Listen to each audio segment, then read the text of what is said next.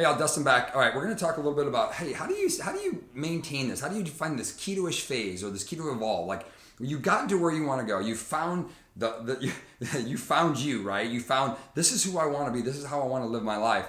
Then what do you do? Like, what does that look like for you? All right. So this is it's something I've been very blessed and very fortunate to get to, and I'm able to flex my life, meaning that I've created a new lifestyle for myself. I realized that, you know what, carbohydrates are not my friend, but I found many ways through the community of how to eat different meals, fun things. How do I have some desserts that are lower carb but still tasteful? How do I eat meals that are maybe not what I used to? When I was raised, we lived on potatoes. And people are like, I'll never give up my potatoes. Well, now I don't eat potatoes. I found a lot of cool ways to have similar meals and I don't miss it.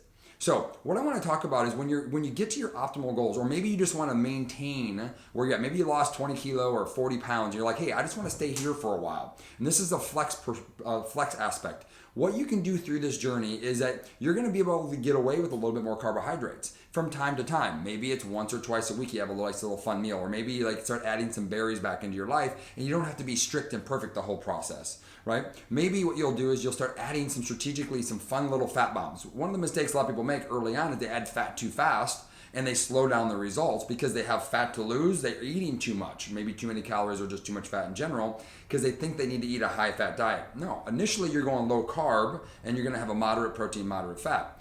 Long term, what you're going to do is you can strategically use these fat bombs because you don't have as much weight here. Fat bomb might be just adding keto cream to your coffee, a full pack, or maybe it's adding a fun little dessert that has really healthy fats in it so that you can use that as a treat. Instead of sugar, you're getting a little extra fat, which is really safe and helps you stay satiated through this journey.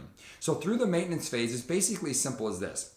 You find your 5 or 6, 7 meals that you love and that are low carb. You're going to keep those as a big part of your diet. Prior to this journey, your 4, 5, 6, 7 meals were higher carb meals. Well, now we're going to have lower carb meals. And then between those meals, you can have a little bit of fun. Add some strategic fat bombs. Add some fun little desserts. Add some low carb ice cream. Add some low carb desserts. Add some maybe a couple extra dates with your husband or your wife or your mate throughout the month. And this is what's fun about this journey. But remember, the rules still apply. If you're going to go out and have extra carbohydrates, increase your Keto OS NAT. And it's going to help you for the day through and the couple days after. It's going to help you buffer those carbs to keep yourself from falling back into the old patterns and the old you. Because remember, we have a new you and a new us and a new body and a new health and new vitality. So the maintenance phase is really simple. You eat when you're hungry, right? You strategically should still be using your low carb meals. Those should be your primary meal sources. And then based on your body and your metabolism and you know who you are, you can get away with having a little bit more fun, but not so you can enjoy your life and not feel like you're missing the whole thing out because you have the number one technology in the world to keep you from falling back into the bad lifestyle that you used to live, and then do the reboot every single month because the reboot protects you from falling back. It's a reset every month to get you back on track if you decide to have a few extra days off, maybe on a holiday, and it keeps you from protects you from falling back into those old patterns. So maintenance is fun. It's a way for you to live your life, not to be perfect, to enjoy the journey because it's time now to have your cake and eat it too. Everybody just gets a different amount of cake. Bye, y'all.